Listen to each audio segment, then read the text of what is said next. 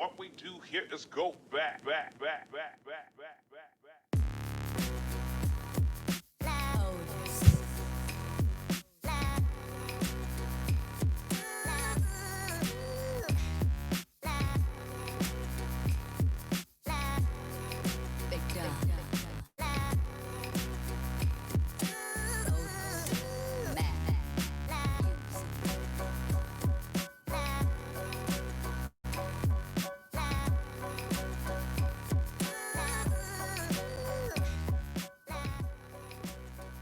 What's going on, everybody? Welcome to Nailed It with Caleb Nail. I am Caleb Nail. Happy Friday. It is August 8th, 2025. And it's an exciting time. Summer is slowly... Well, did summer just start? Like summer just started. Summer break is slowly coming to an end. Everybody's going back to school. But the weather is just starting to hit summertime. Been beautiful. Today we are going to read some of Matthew chapter 2. And then we are going to talk about no sports today. We're going to talk about Shakira, the Shakira concert in Fresno. And that's really it. And wine. So we're going to talk about Shakira and wine.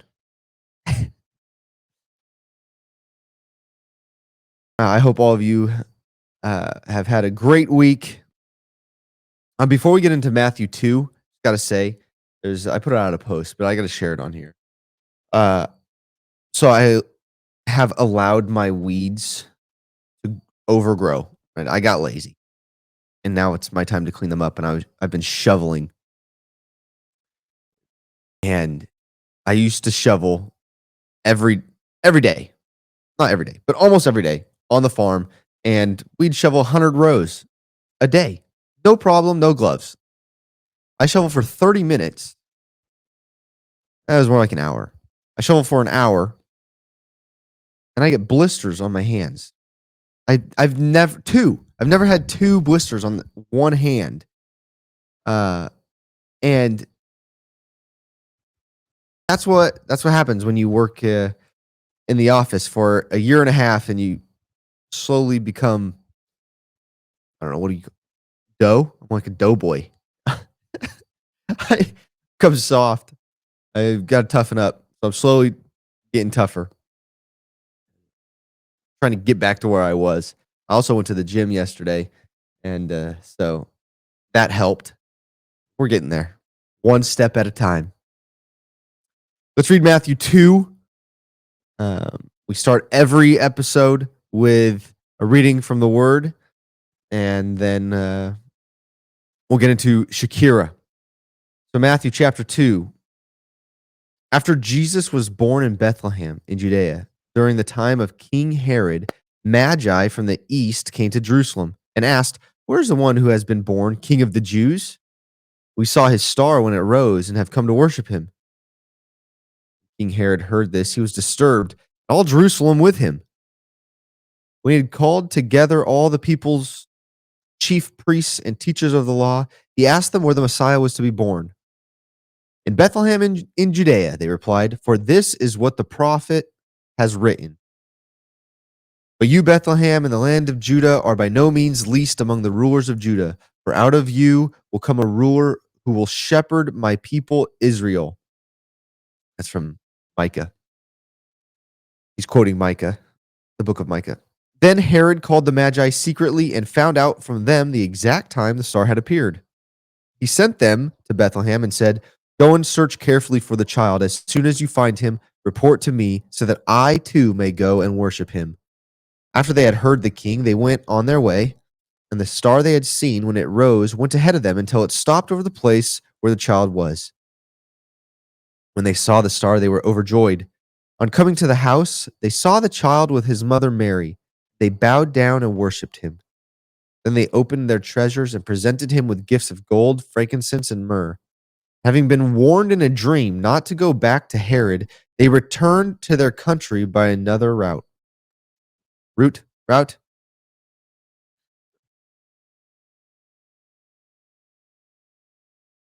So this is the story of the three wise men. And one of the things that stands out to me that I read this yesterday and was reflecting on it. I was reminded that when Jesus came, when Yahweh, our God, our creator, humbled himself to become a man, was born of a virgin, he had to humble himself just to come here.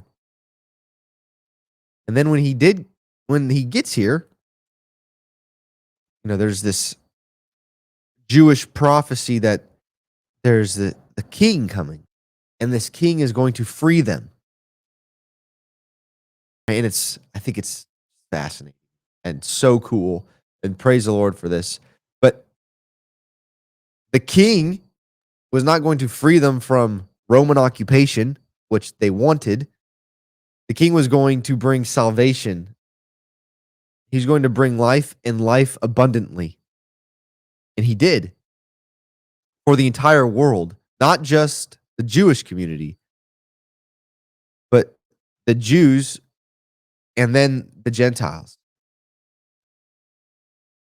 And this is right at the beginning, and King Herod, and the rest of Jerusalem are all disturbed by the hearing of this prophecy that's coming to fruition, and the King of the Jews is here, and he's going to overthrow King Herod and his kingdom, but that's not what he was doing at all.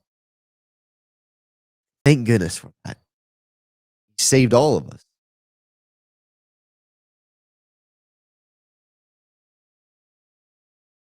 And here's another thing that I think about. So these magi, wise men from the east, they come to Jerusalem.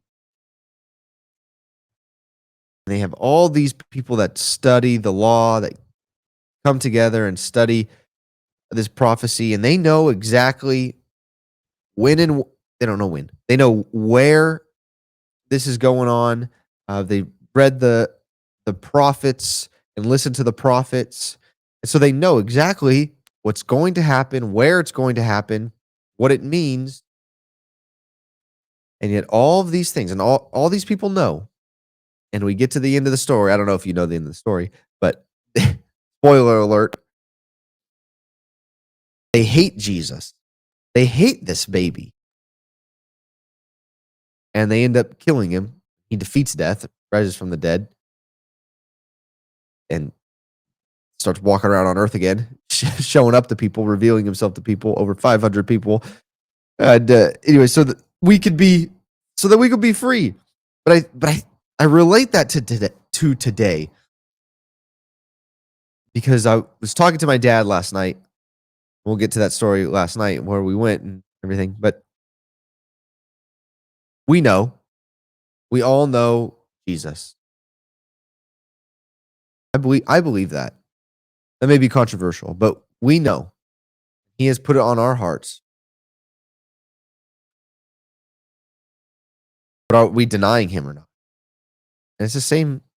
These Jews, they all knew, but they didn't want. They knew, but they didn't know. Does that make sense? And it's the same now. We know Jesus, but do we really know Jesus? Do we have a relationship with him?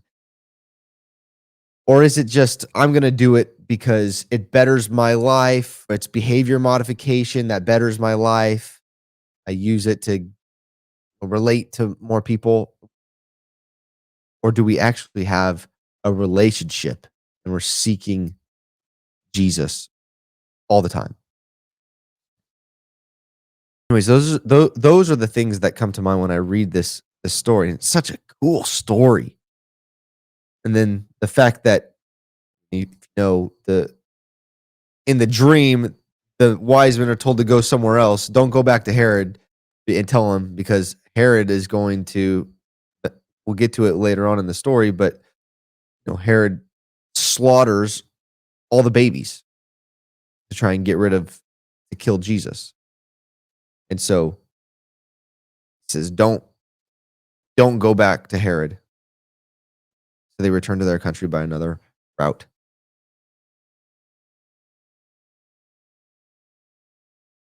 Great story. I encourage you to read, pause it here, pray, and let's just thank the Lord for loving us and sending and humbling himself to become a man and sending his son Jesus to live the perfect life and die for us so that because we would never be able to live up to his standards. And now, Jesus, we can. All right. So last night was Shakira in Fresno. And Shakira, we talked about it earlier this week, and it's been all over social media. And it's been fun to watch what's going on. So last night was the concert. And if you saw videos or if you heard anything, it was sold out. 35,000 plus. Very cool. Like that is great. But here's what I'm taking away from this. Okay. So early on in the process, I'm gonna go back. Like this is what did I learn from this? This is what we're gonna walk through this. Early on in the process, the first thing that came out was an article by the Collegian, and we've talked about this on the shows, but some of you may not remember or you may not have heard. The Collegian released an article talking about how Fresno State Athletics was handling it. It's not going to be. It's already a failure. That's what they said. I think that was the title of the. It was an opinion article. It's already a failure. What they meant by failure was like they got an email from Classy asking them to buy tickets. And because of that means they're not selling tickets and it's a failure. Oh, whatever. That was the Collegian early on in the process. Then every once in a while you'd hear things like, hey, I don't think they're going to sell enough tickets for this to be profitable. And if they were or were not profitable, I don't know. I'm not sure. But something stood out to me yesterday that I really liked to see. And this is why I'm pumped that they sold it out. This is awesome. Right? Oh, let me before I get to what I saw yesterday. What happened was prices were lowered for the Shakira concert, and there was an incentive for students to buy football season tickets. The first 200 students to buy season tickets at that time would get a Shakira ticket as well. I don't know how they did on that, but that was also offered. So those things came out on social media, and of course, not everybody, but there's a certain crowd that freaked out and said, oh, yep, failure. I don't know what their definition of success is. But I don't think you can call things a failure when it's sold out, right? And it's going to be all over social media in Fresno. I'm already seeing it. Shakira, like the whole Shakira crowd, fan base, they're saying, oh, Shakira is the first act ever in Fresno football stadium, and she sold it out. And so that's going all over social media. That's good press. But here's what I learned. So yesterday, I saw something, and it was Garrett Classy, the athletic director of Fresno State, posted a photo on X. Something had to get done. Something didn't get done that needed to get done. And so Garrett Classy and people in the athletic department went out there and got the job done. Okay? They did it themselves. Okay, that's family business type stuff right there. right? You do everything. You're doing all the work. You do it yourself. And you do whatever you have to do to get it done. And you stay up till 1, 2 in the morning to get that stuff done. So there's dedication, right? We're going to see it through. The other thing that I learned, going back even before that, was the ability to adjust to the market. And this is something that I think a lot of past ADs, I'm going to put this on Classy. This is a good thing, by the way. This is not negative. This is a good thing. Past ADs have not been able to do this. So the people in the Central Valley, us, me, are people like we're tough, right? We're tough skinned. We're tough mentally. We're tough physically. We're also tough to deal with. And we're also tough to sell tickets to. So the ability for Classy to adjust on the fly, be flexible, right? Reduce prices, find other avenues to get people in seats is something that I haven't seen leadership do in Fresno before. Right? For the most part, they just stick to their guns. And it usually doesn't work out. So that's why I think there was this. I know there was this negative crowd so early on because they've seen it time and time again, right? Of these things failing because they haven't had a leader to show them how to do these things or that they're going to get done. Classy is making sure it got done. So his ability to adjust, to me, speaks volumes as a leader, as an athletic director.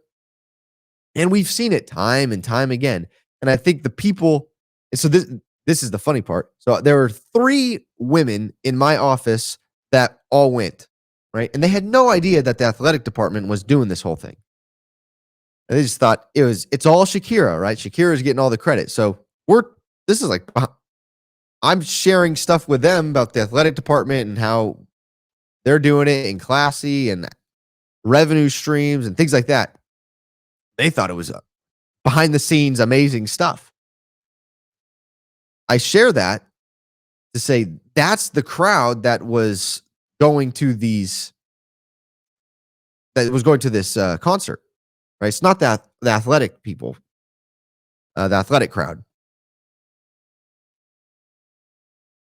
So to get from the athletic crowd to the Shakira fans and the people willing to spend money to go to concerts, lots of adjustments have to be made. You have to sit down, find different avenues to connect with people, and then you have to be willing to put in the work. And Classy does all of that. He checks every box. So I'm really happy for them. Like I said, I don't know what the money was, but I think for the first one being sold out, that's what matters. That's the press that they were looking for. They needed that. I'm sure they made plenty of money in ticket sales, but now what were their margins? I don't know. I'm excited. I think this is going to be a start. We'll see. This is early in the morning right now. Everybody that went is still asleep. They haven't posted their pictures yet. And I haven't heard anything from the neighbors, what that crowd was like. We'll see what's written there. And I'm curious to see what the people that wrote the articles about how it's a failure, things like that. I want to see what they have to say, right? Or if they do at all. That's why the last thing I'll share about what I learned from this experience, and as someone who is just watching and talking about what I'm seeing, is I don't know why the media and people in the media are so quick. I know why, but why are we so quick to call something failure or success, call someone a bust or a star. Why can't we just watch and enjoy what's going on? And can we enjoy the moment that we're in? And we having conversations about what's going on, like um, watching ticket sales start off slow. You can have a conversation about that, but you don't need to come to a conclusion yet because the concert's not here, right? Watching ticket sales drop. You still don't need to come to a conclusion yet because we don't know, right? And then even like let's go watch and see what happens at the concert. So uh, I think media needs to enjoy the moment more and wait and see and watch things play out and just can we just talk about what's going on, like have fun conversations, have meaningful conversations. um I think the type of person that Garrett Classy is that if it wasn't uh a concert that lived up to what they wanted, he would say that and he would have that conversation. He's that type of person. And he would make adjustments. Okay, next year or 6 months from now, we're going to do something a little different. And I can tell you that they learned from this, whatever those things were, and I guarantee you, whatever didn't get done, not going to use them again. I don't know. I say guarantee. There I go, doing the same thing what I said not to do. But as a business owner, I get it. The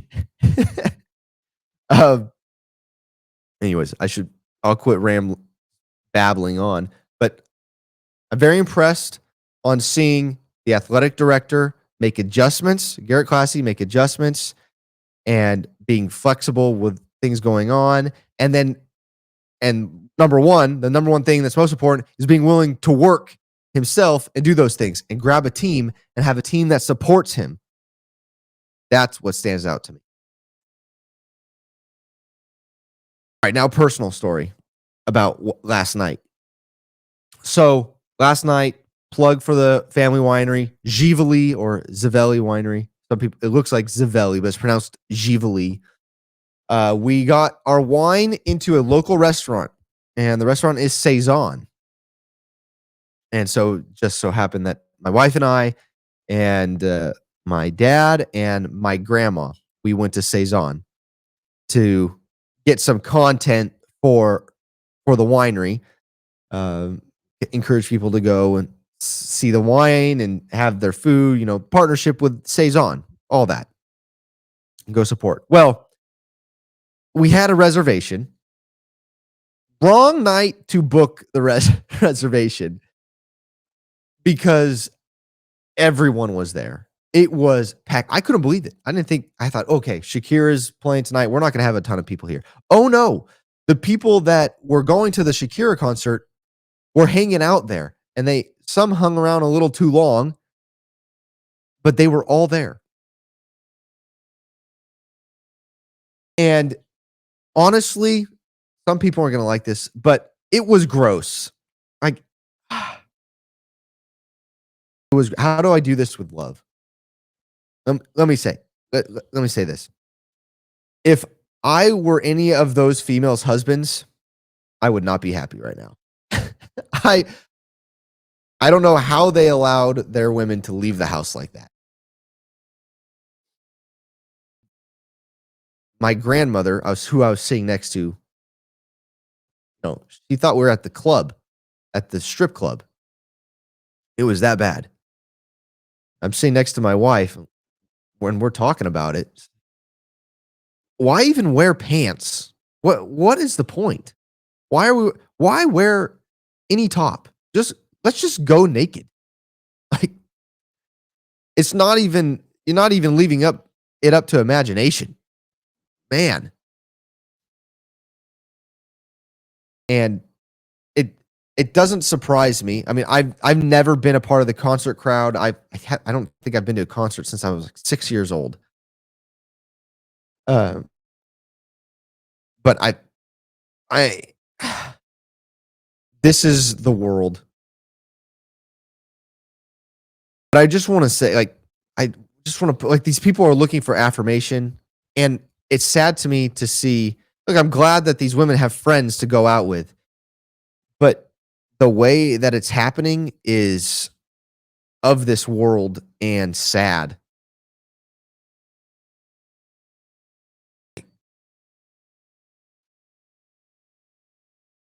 It's sad. Like, I don't know any other way to put it. Like, I'm trying to do it with love, but I got 3/4 I got women that are 99% naked. Like, and I'm trying to enjoy dinner with my wife and my grandmother, and they're running around, and I knew some of them. I'd seen some of them, and I know they have husbands. And so as husbands, are we leading our wives correctly or in how the Lord wants us to? It's been heavy on my heart since last night. And, this is not a new problem. This has been going on forever. We read about Jesus and the story of the woman at the well.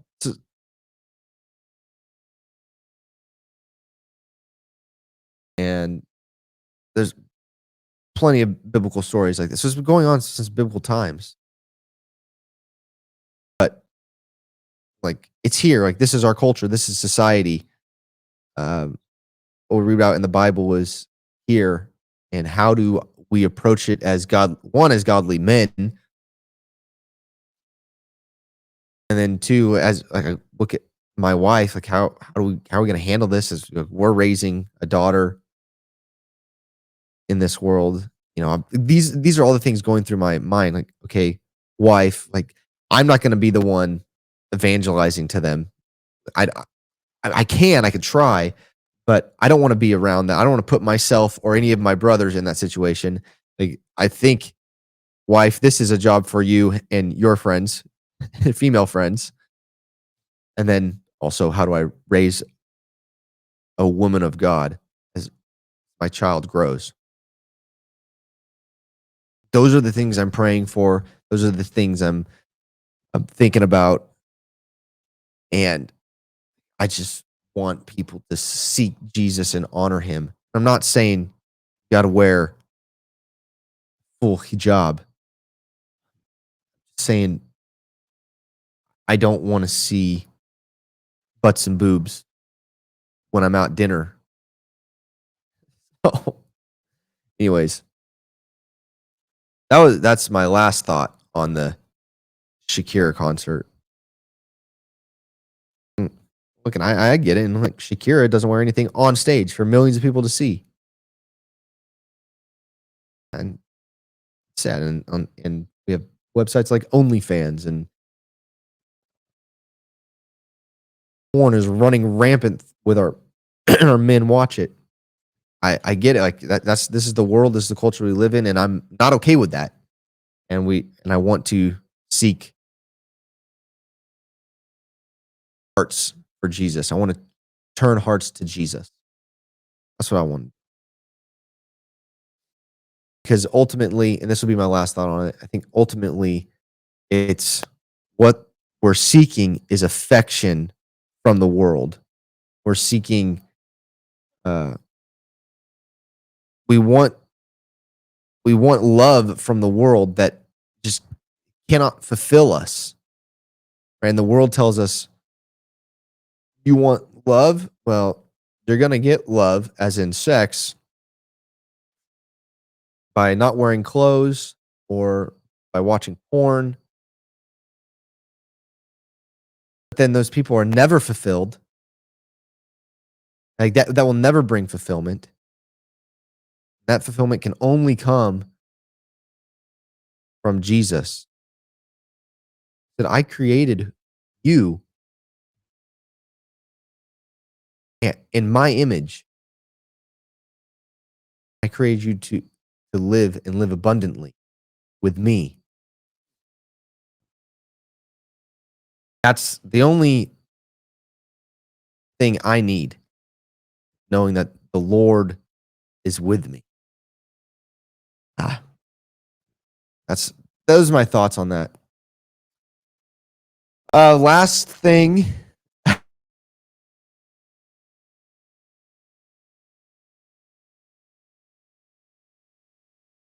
I'm very passionate about wine. Love wine. Love drinking wine. Um, Also, the rosé. I should have said this earlier. The rosé from Givli is at Saison. There's no sugar in it. It's actually a wonderful wine. I really like it. So men, it's not a girly drink. It's not. I actually think you would like it more than your wife, who likes the sweet rosé stuff. I actually think beer drinkers would enjoy this rosé more so than they would like a red cab. Anyways, Wine Spectre put out an article about just what are the best whites to store in wine cellars. And it's so funny. I recently had this conversation with my wife about wine in wine cellars. And the older I get, the longer I am in the wine industry, the less I am about putting wine, like about storing wine in general. The aesthetic of a wine cellar, very cool. I like, hundreds of bottles around, but wine is made to be consumed. And I think it's wine has become this collector's item, right? I've met plenty of people. I have this bottle. I have that bottle. And my question is always, how was it? How does it taste? Is it good? Was it worth the $200? And most of the time, I haven't opened it. It's in my cellar. And here's something that I have learned from being in the wine industry. When a winemaker makes his wine, it's an art form. Uh, some wineries, it's not art; it's just a recipe. But most wines are art, and the winemaker is an artist, and that winemaker is making wine for you to enjoy, as in drink. And so 99% of the time when that wine is bottled and put on the shelf to sell, it is ready to drink. The winemaker thinks it's ready to drink. That other 1% is because they have wine flying off the shelf. They need more wine bottles on the shelves to sell, so they quickly bottle something and throw it on there. But I can tell you, and for a fact, in the wine industry, that whoever that is, I don't even think that's happening right now. It's not happening. So if it's in a bottle and it's being sold to you, the winemaker thinks it's ready to drink. So you should drink it. I'm I'm becoming more and more about sharing the wine, like having people over, let's share this bottle, let's drink it. And we're gonna create memories around this particular bottle of wine, and and we're supporting local and things like that, rather than keeping it in a cellar. And my father did this for a long time. He collected wine, and he still has a bunch of that collection, but we're slowly we're drinking it now. And some of them are terrible because they've sat for too long. They're awful. They've oxidized. They're turned into vinegar. It's it's bad. It's not what wine is for, right? Wine is meant to be shared and enjoyed with others. So, anyways, I just think that it's so funny to see like collector's items, like what people collect. I think like baseball cards is one thing. Um, Baseball cards, Pokemon cards. Granted, Pokemon is a game, but it's more of a collector item now. All these different things. There's these collector's items. And like baseball cards, I would say there's really no other use to it other than actually collecting and trading and selling them. Where wine, there's another aspect to it of, okay, I'm actually going to consume this, but there's a collector side of it. No, I just collect them. I just want to have this bottle. And there's actually a market for, you know, wine, and the prices of those wines go up and down. I find that's fascinating to me, but I want people to enjoy the wine with others. This is something coming from someone in the wine industry. We make the wine for you to enjoy. Drink it. If you buy it, drink it. Buy a wine that you want to share with others.